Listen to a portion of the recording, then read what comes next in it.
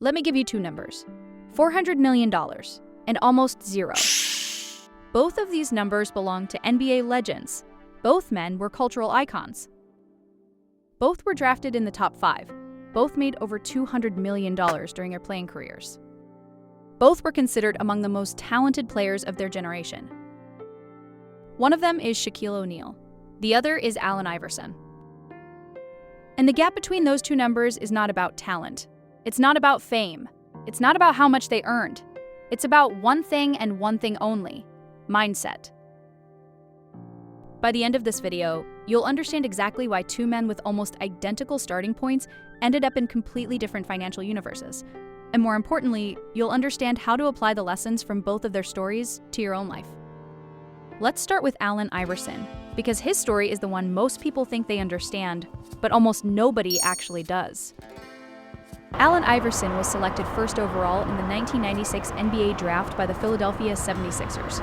He was 21 years old, from Hampton, Virginia, and he had come from nothing. His mother was a teenager when she had him. His father was absent. He grew up in poverty so acute that there were times the family had no running water, no electricity, and almost no food. And then, almost overnight, he was one of the most famous athletes in the world.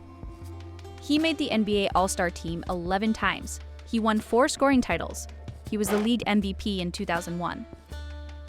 He led the 76ers to the NBA Finals almost entirely on the strength of his own will. He was, by every measure, one of the most gifted basketball players who ever lived. Over the course of his career, Allen Iverson earned approximately $152 million in NBA salary alone. Add endorsements. Reebok paid him a significant deal. He had other commercial partners. And the total figure is well over $200 million. $200 million, earned in roughly 15 years. And by the time he retired, it was largely gone. How? How does a person earn $200 million and have almost nothing to show for it? The answer is not stupidity. The answer is not laziness. The answer is a mindset that was never designed for wealth accumulation, because it was designed for survival. When you grow up with nothing, money means security in the most immediate, visceral sense. It means food on the table tonight. It means the lights stay on this week. It means you don't go back to the place you came from. And when you suddenly have enormous amounts of it, the instinct, the deep psychological instinct, is to use it to demonstrate that you will never go back. You spend, you give, you show the world that the scarcity is over. Iverson was famously generous. He traveled with an entourage of sometimes 50 or more people. He paid for hotel rooms, meals, clothes, jewelry, cars, for friends, for family, for people he'd grown up with, for people he barely knew. He could not say no, because saying no felt like going back to who he used to be. He also spent on himself in the way that someone who had never had anything spends when they finally have everything: designer clothes, custom jewelry, cars. A lifestyle that communicated loudly and continuously that Allen Iverson had arrived. There is no financial advisor in the world who can overcome a psychological relationship with money that is rooted in survival and identity rather than strategy. You can give someone a wealth management plan. You can set up trusts and investment accounts. But if the person's core belief about money is that it exists to be spent, to prove something, to give something, to feel something, no plan survives contact with that belief. Iverson reportedly had a financial arrangement with Reebok that included a trust worth around $32 million that he could not access until he turned 55. It was set up specifically to ensure he would have something left. That's how serious the concern was, even during his playing days. The people around him saw what was happening and tried to build a firewall. But outside of that trust, almost everything else went. Now let's talk about Shaquille O'Neal, because his story is just as fascinating, but for completely different reasons. Shaq was drafted first overall in 1992. He came from a military family. His stepfather was a sergeant in the U.S. Army. He grew up moving constantly, never in one place long enough to put down roots, but always within a structure, rules, discipline, order. And a stepfather who talked to him constantly about money, about business, about the difference between earning and building. That foundation, that early education, and the difference between income and wealth is the invisible factor that most people miss when they compare Shaq and Iverson. Before Shaq signed his first NBA contract, he had already been advised by people he trusted to think about what came after basketball, not as a distant concept, as an immediate priority. He was told, repeatedly, by his stepfather and later by mentors he actively sought out, that the money he made playing basketball was not his real opportunity. His real opportunity was the platform basketball gave him to build something permanent. Shaq took that seriously from the start. While he was still playing, Shaq invested in a Five Guys burger franchise. Then another. Then another. He bought car washes. He bought a movie theater. He invested in Google before it went public, a decision made on the advice of a Google executive he met through his network, a network he had cultivated deliberately because he understood that being around smart, successful people in business was as important as any investment he could make, directly.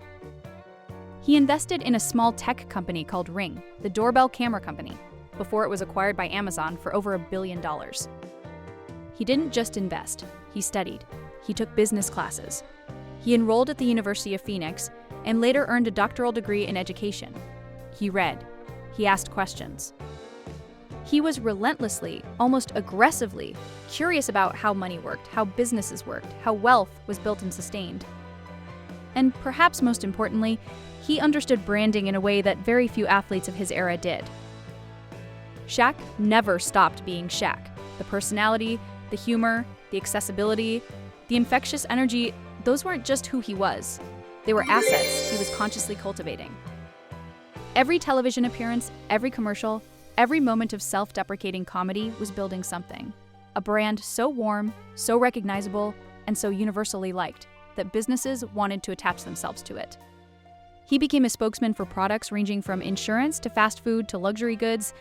He became a sports analyst. He became an investor whose name attached to a product gave it immediate credibility and visibility. His earnings from business, endorsements, and media work now dwarf what he made playing basketball.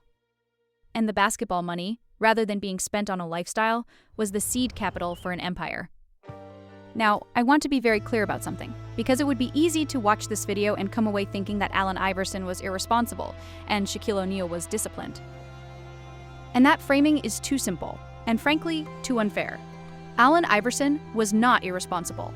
He was a product of his environment, his psychology, and a system that handed enormous wealth to young men with no infrastructure to support them in managing it. The NBA in the 1990s and early 2000s had minimal financial education for its players. Agents and advisors had enormous conflicts of interest. The culture around elite athletes actively rewarded spending and punished the kind of quiet, unglamorous wealth building that Shaq was doing.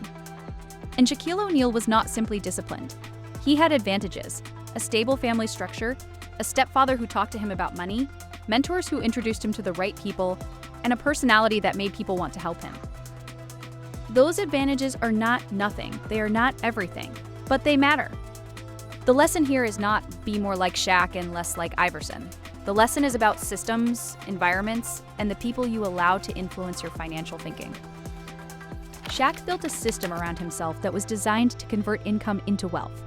He hired the right people, not just financial advisors, but operators who could run the businesses he invested in. He stayed curious, continued learning, and never assumed that being good at basketball meant he was automatically good at business. Iverson never had that system, and the tragedy is that with the right system, with the right advisors, the right structure, the right early education, there is no reason his story couldn't have had a different ending. This is the first lesson from their two stories. Income without a system is temporary. It doesn't matter how much you earn, it doesn't matter if it's 200 million or 200,000. If there is no structure converting that income into assets, into things that generate more income when you're not working, the money will eventually disappear. The question is only, how fast? The second lesson is about identity and money. Iverson's relationship with spending was rooted in identity, in who he needed to be seen as, in what money meant to him emotionally. Shaq's relationship with money was rooted in curiosity, in what it could build, what it could become. Before you make any significant financial decision, it's worth asking yourself, am I doing this because it makes strategic sense, or because of how it makes me feel, or how it makes me look? Both of those motivations are human, but only one of them builds wealth. The third lesson is about the platform. Shaq understood that his basketball career was not his life's work, it was his launch pad. The fame, the recognition, the access it gave him to rooms and conversations and opportunities, that was the real gift of being a great athlete. And he used it with intention. Most people who reach a high level in any field, sport, business, entertainment, treat their peak moment as the destination. The ones who build lasting success treat it as the beginning. And the fourth lesson, and this one might be the most important, is about the people around you. Shaq has spoken many times about the mentors who shaped his thinking about money and business. He didn't just accept advice from whoever was closest to him. He sought out specific people with specific knowledge. He was willing to admit what he didn't know and find someone who did. That willingness, to be a student even at the height of your powers, is one of the most underrated qualities in any successful person's story. $200 million. Same era, same sport, same level of fame. One man converted it into a platform that keeps generating wealth decades after his last game. The other spent it in ways that made sense to him at the time, given everything he had been through and everything he believed about what money was for.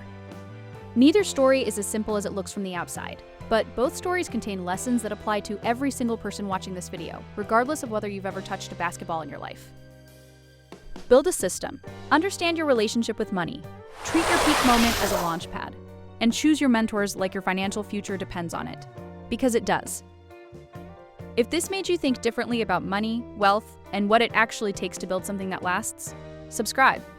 Every week, we go inside the stories behind sport, business, and the mindset that separates the ones who make it from the ones who don't. I'll see you next week.